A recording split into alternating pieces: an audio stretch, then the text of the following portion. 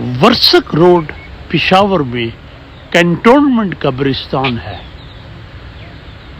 वहाँ कब्रिस्तान में एक चबूतरे में जनरल रिटायर्ड फजल हक की कब्र है और साथ में उसकी वाइफ की। जनरल फजल हक जो अपने वक्त का strongest man of the province, and he was the governor for long 7 years, and then senator, MNA, MPA.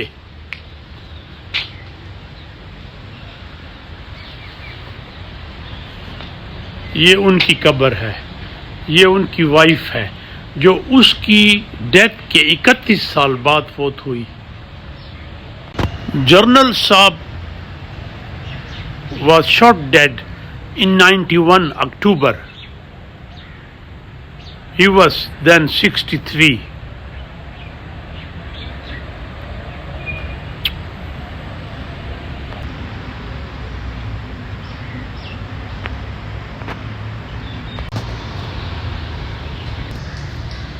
कहते ये हैं कि 47 के बाद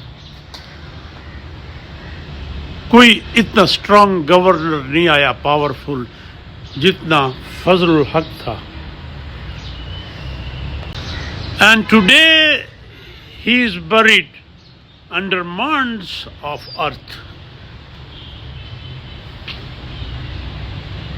So this is life.